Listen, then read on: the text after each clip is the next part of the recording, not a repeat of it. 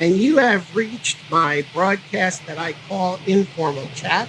It's informal because I'm in my living room, not wearing anything very fancy.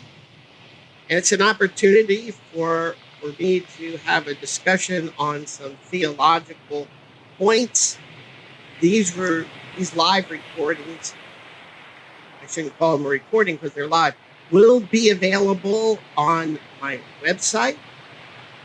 Come to michaelkoplitz.info or followersofthewayministry.org, and then you click on the informal chat.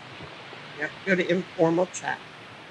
I also have a category called live chat, and live chat is right now on Wednesdays at 4 p.m.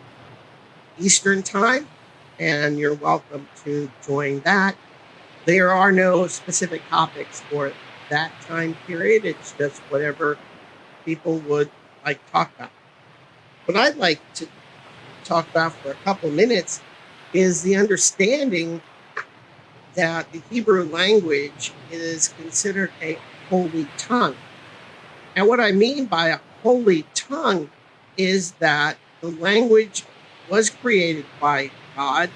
There are several midrash you can find out there, and if you read any material about the Kabbalah and where else in the Zohar especially, that God created the Hebrew language and all of the letters, and they're in heaven. Okay, so when he creates the 10 separate, which is heaven, the upper lower waters, he also creates the language, the Hebrew language. The 22 letters, each have a spiritual content with them. And then God created the words by putting these different spiritual entities together. So we could look at the biblical Hebrew words and see what God was trying to tell us in that. Hebrew was considered a holy tongue, and around 200 or so BCE, Hebrew was not spoken outside of the synagogue anymore. And that was because it was considered, again, a holy and religious language. The problem with modern Hebrew is it's not a divine language or a holy language anymore, because God created all the original words of the Hebrew. And this is where the Midrash and the Kabbalah come in. And of course, in modern Hebrew, which was revived, I believe it was in the 1920s, all of the new words that had been created because of society and culture had to be created in the Hebrew language. So Hebrew was modern day. I call it modern day Hebrew. It's not considered a holy tongue.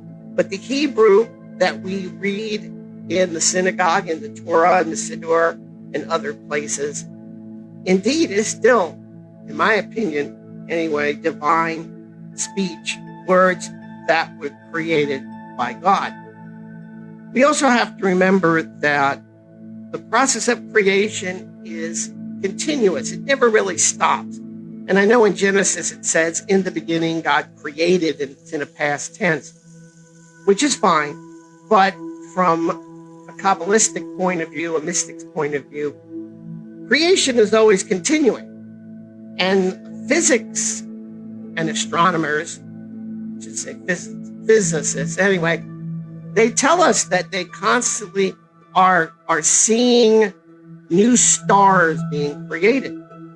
So in order for our galaxy and for our solar system to have been created, some other stars had to die. So the 10 utterances, which I talked about in the last chat, which are the 10 sayings of God said it was good that we find in Genesis chapter 1 and 2, are still there. They're still creating. The creation of the world will continue until the end of whatever time is. I hope you found this interesting and informative, please come to michaelcoplitz.info or followersofthewayministry.org. If you happen to be part of a church, I have a lot of church information out there. I have a lot of biblical research, published books, all kinds of things out there. Lots of freebies that you can use. So as I always say, God bless, take care, stay healthy, and as always, shalom.